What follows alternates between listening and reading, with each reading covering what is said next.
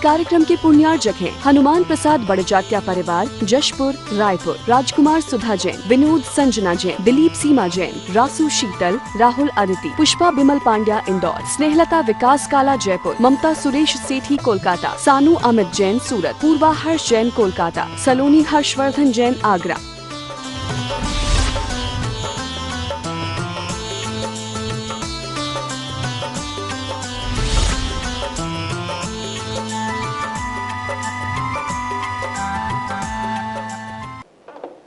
जय जिनेंद्र। जय जिनेंद्र। आज हम एक नया विषय लेकर आए हैं। शास्त्रों में आप पढ़ते होंगे कि 4 प्रकार के संग को 4 प्रकार का दान देना चाहिए। 4 प्रकार का संग कौन सा होता है, आज हम इस विषय में चर्चा करेंगे। 4 प्रकार के संग से शास्त्रों में तात्पर्य है मुनि, आर्यिका, श्रावक और श्राविका। ये चारों मिलकर 4 प्रकार का संग कहलाता है। आइए अब इस विषय पर कुछ विशेष चर्चाएं करते हैं। जैन मुनिराज नग्न रहते हैं। अन्य समाज में एवं अन्य जाति के लोग उनका परिहास करते हैं। उनका नग्न होना क्यों जरूरी है और इससे लाभ क्या है, कृपया बताइए। पहले मुझे ये बताएं कि नग्नता कौन धर्म बुरा मानता है? कोई धर्म नग्नता को बुरा नहीं मानता। सारे मत नग्नता की उपासना करने वाले हैं। मैं उदाहरण से समझाता हूँ, बड़ा अच्छा विषय है समझने वाला। हम जैनियों में से बहुत से लोग ऐसे हैं जो मुनि महाराज की नग्नता को ठीक नहीं मानते। उनसे निवेदन है आज अच्छी प्रकार समझें। हिंदू मत में आप देखते हैं ना, कुंभ का मेला हुआ, सबसे पहले स्नान कौन करेगा? पहले नागा साधु स्नान करते हैं। क्यों करते हैं? कि वे सबसे बड़े माने जाते हैं। हिंदू धर्म में दत्तात्रेय नग्न रहते थे।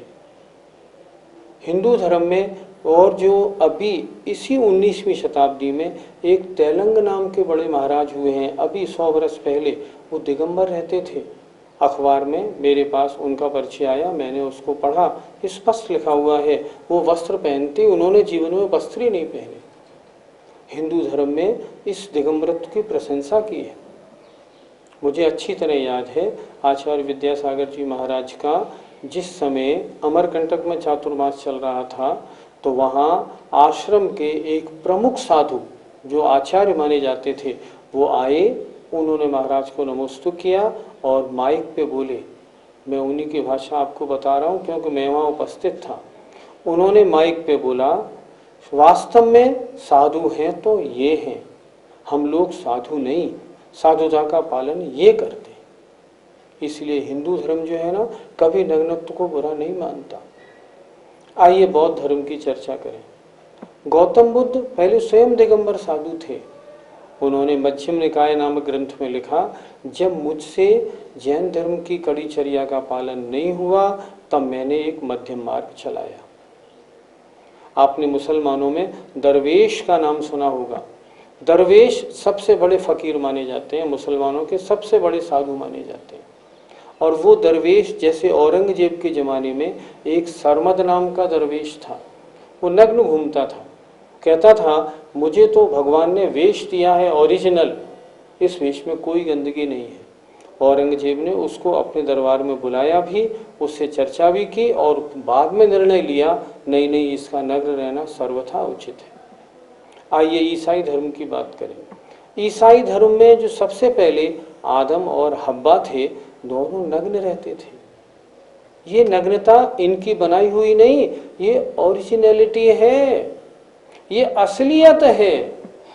कपड़े के अंदर हम सभी नग्न हैं, लेकिन जिनके अंदर वासना है वो उस वासना को दबाने के लिए वस्त्र पहनते हैं।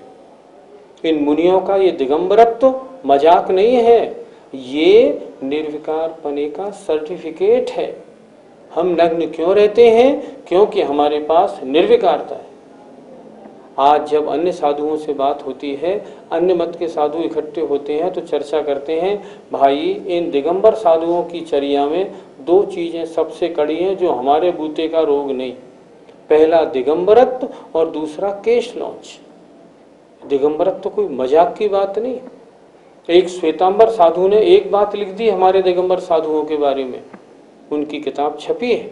उन्होंने लिखा है, देखो भगवान महावीर ने अपने उपदेश में कहा था, आगे ऐसा समय आने वाला है जो तुम अपने मन को वश में नहीं रख सकोगे, इंद्रियां वश में नहीं रह पाएंगी, लिहाजा तुम वस्त्र पहनना शुरू कर देना। तो श्वेतांबर लोग कहते हैं इसलिए हम लोग उनकी आज्ञा के अनुसार वस्त्र पहनते हैं। उन मुनि महाराज ने, उन विद्वान ने अपने ग्रंथ में लिखा कि जितने ये दिगंबर साधु हैं ना, ये दिगंबर बनाने से पहले दवा पिलाकर नपुंसक बना दिए जाते हैं, नहीं तो वर्तमान में दिगंबर रहना संभव ही नहीं है। लेकिन भाइयों, उनका कहना 100% गलत। नपुंसकत्व का हमारे यहाँ दूर दूर तक कोई वास्ता नहीं। हमारे मुनि महाराज आचार्य विद्यासागर जी के संग में सारे मुनि महाराज बाल ब्रह्मचारी, युवा, 25 साल, 27 साल, 28 साल, 30 साल, देखो तो सही उनके वीतरागता, क्या वीतरागता है। इसलिए मुनिराज ये क्या है, छोटे भगवान हैं, निर्विकार हैं। इसलिए नग्नता पूज्य है, ग्लानि के योग्य कभी नहीं कही जा सकती। मुनिराज केस लॉन्च क्यों करते हैं, इसके बारे में बताइए। दिगंबर साधु भेद विज्ञानी होता है। वो जानता है मेरा स्वरूप आत्मा है, शरीर मेरा नहीं, और वो शरीर से निर्ममत्व रखने वाला होता है, शरीर से ममता नहीं। शरीर में बीमारी हो जाए, कुछ भी हो जाए, शरीर से ममता नहीं रखता, क्योंकि उसने अपना स्वरूप तो आत्मा को मान रखा है। इसलिए वे अपने केस को, अपने बालों को 2 महीने, 3 महीने या लास्ट 4 महीने में तो उखाड़ते ही हैं। जरा मुझे आप बताएं, अगर वो नहीं उखाड़े तो क्या करें? क्या उसकी नाई से कटिंग कराएं? नाई के पैसे कौन देगा? आप कहेंगे नहीं नहीं, वो अपने पास कैंची रख लें तो कैंची परिग्रह में शामिल हो जाएगी, कैंची कैसे रखेंगे? आप कहेंगे नहीं नहीं, उखाड़े नहीं, रहने दें। अगर वो रहने देंगे तो उनके बालों में कीड़े पड़ेंगे, जुएं पड़ेंगी, फिर क्या होगा? नहीं, वो नहीं हो सकता। दिगंबर मुनि सिंह के समान निर्भीक, किसी के जरा भी किसी से वास्ता नहीं रखने वाले होते हैं। उन्हें याचना करना नहीं आता, किसी से कुछ मांगते नहीं। तो क्या करें? वो अपने केसों को देखा, बड़े हो गए हैं, उखाड़ा और फेंक दिया। इससे उनमें शरीर के प्रति निर्ममत्व भी मजबूत होता है, और बाल रहने के कारण जो जीव हिंसा होती वे उससे भी बच जाते हैं। इसलिए मुनिराज को केशनोश तो करना ही उचित है। मुनिराज स्नान क्यों नहीं करते? नहाने से अपने अंदर ताजगी आती है, और जो धूल पसीना आदि है उससे भी निवृत्ति मिलती है। तो ना नहाने का क्या कारण है, इस पर प्रकाश डालिए। जिनको मैल आदि पर पदार्थ बुरे लगते हैं, जिनको दुर्गंध बुरी लगती है, वो लोग स्नान की बात सोच सकते हैं। मुनि महाराज समता परिणामी होते हैं, उन्हें सुगंध और दुर्गंध से कुछ भी लेना नहीं। अगर वो स्नान करेंगे तो स्नान करने में पानी लगेगा, जीव हिंसा होगी। पानी जहाँ तक बह के जाएगा वहाँ तक वो जीवों की हिंसा करेगा। फिर स्नान करने के बाद पहुँचने के लिए तौलिया भी चाहिएगा। तो क्या हम उन्हें परिग्रहवादी बना दें? क्या करें? मैल लगना, गंदगी में भी समता परिणाम रखना, ये तो उनकी शरीर से निष्प्रहता का सूचक है। इसलिए मुनिराज स्नान नहीं करते। जैन दिगंबर साधुओं के पास मयूर पिच्छिका होती है। सुनते हैं कि यह मयूर पिच्छिका मोरों को मारकर उनके पंखों से बनाई जाती है। तो फिर इस हिंसात्मक उपकरण को रखना उचित क्यों है? ये बात मैं पहले सुनता था, मैंने कहा थोड़ा इसके डीप में जाना चाहिए। मैंने एक व्यक्ति को भिजवाया, मैंने कहा राजस्थान के उन स्थानों में जाओ जहाँ से ये मोर पंख आते हैं। वो सज्जन गए, वहाँ जाके उन्होंने जानकारी की जो मैंने जिन भाषित पत्रिका में एक लेख के रूप में छापी। उन्होंने बताया जब श्रावण और भादों का महीना आता है तब मोर के पंख जो ऐसे जुड़े होते हैं ना, उनके बीच में मोर के खुजली मचने लगती है। तो मोर क्या करता है कि अपने पंजों से उन पंखों को अपने आप नीचे गिराता है।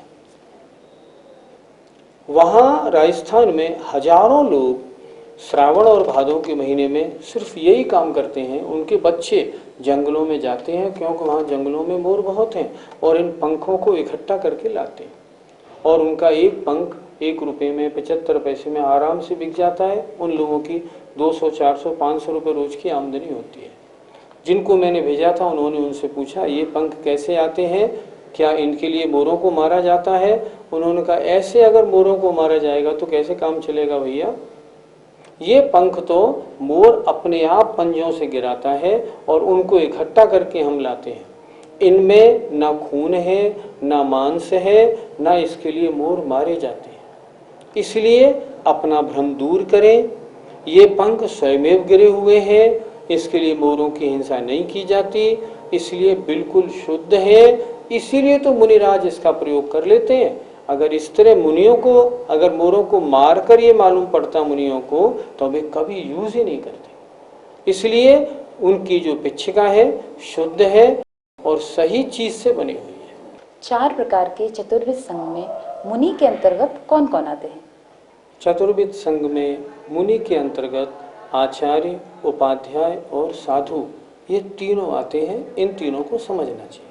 आरिका माता जी का आचरण कैसा होता है, बताइए।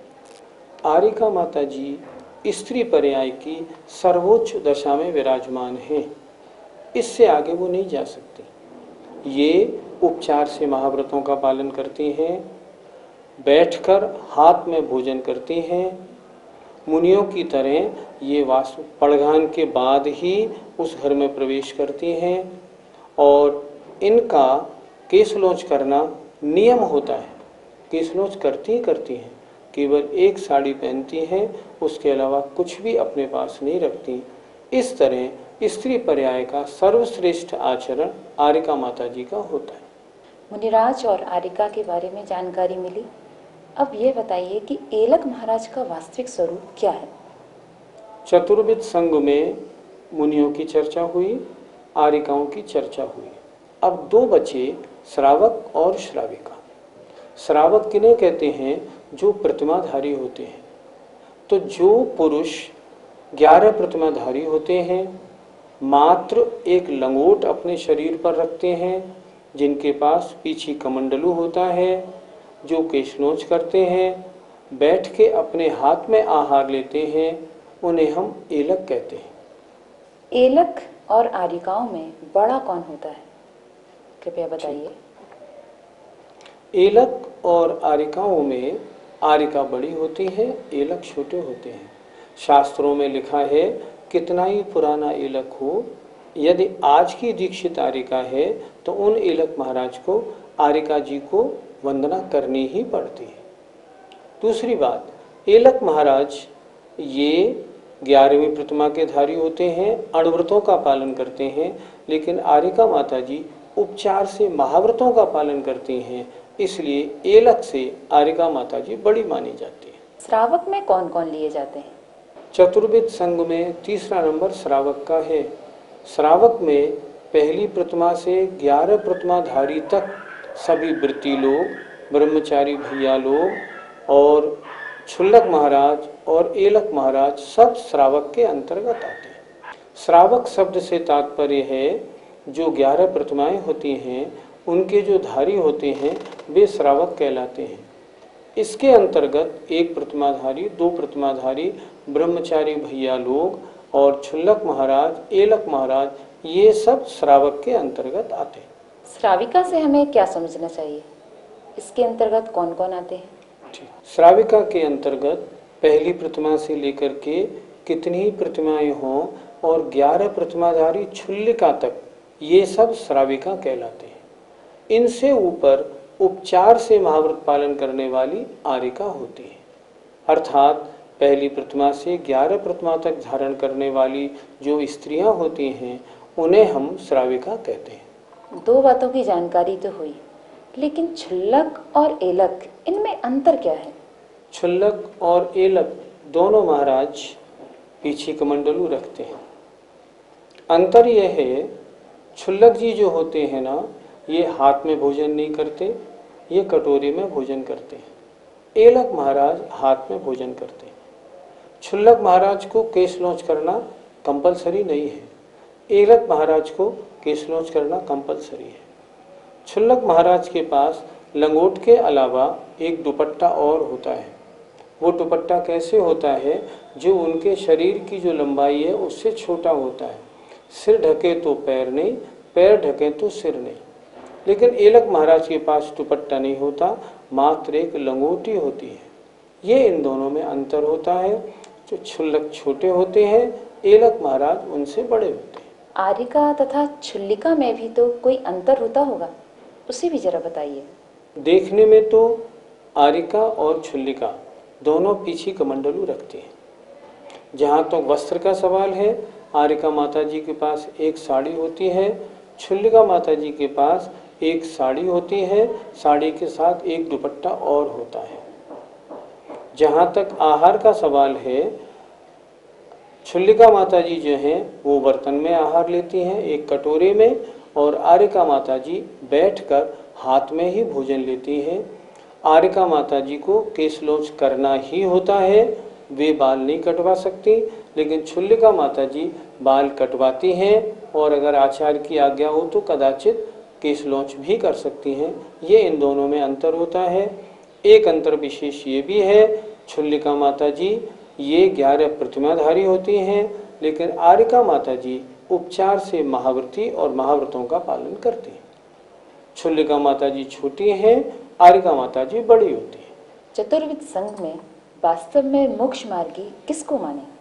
आचार्य कुंद महाराज ने एक गाथा में लिखा है, णग्गो ही मोक्ष मग्गो, नग्नता ही मोक्ष मार्ग है। 4 प्रकार के संग में नग्न रहने वाले केवल दिगंबर साधु होते हैं। सम्यक दर्शन, सम्यक ज्ञान, सम्यक चारित्र के धारी वो ही होते हैं। इन तीनों की एकता ही मोक्ष मार्ग है। इसलिए मोक्ष मार्ग छठे गुण स्थान से अर्थात मुनि अवस्था से ही प्रारंभ होता है। अतः चतुर्विध संघ में मुनि महाराज को ही मोक्ष मार्गी मानना चाहिए। क्या आचार्य को जरूरी है कि वह अपने साथ चतुर्विध संघ रखे? यहाँ प्रश्न चल रहा है चतुर्विध संघ का। चतुर्विध संघ में मुनि, आरिका, श्रावक और श्राविका होती हैं। आचार्य को आवश्यक नहीं कि वो इन चारों को अपने साथ रखे तभी उनका संघ माना जाएगा। नहीं, मुनि महाराजों को चाहिए वे आरिकाओं से और छुल्लिकाओं से बिल्कुल दूर रहें।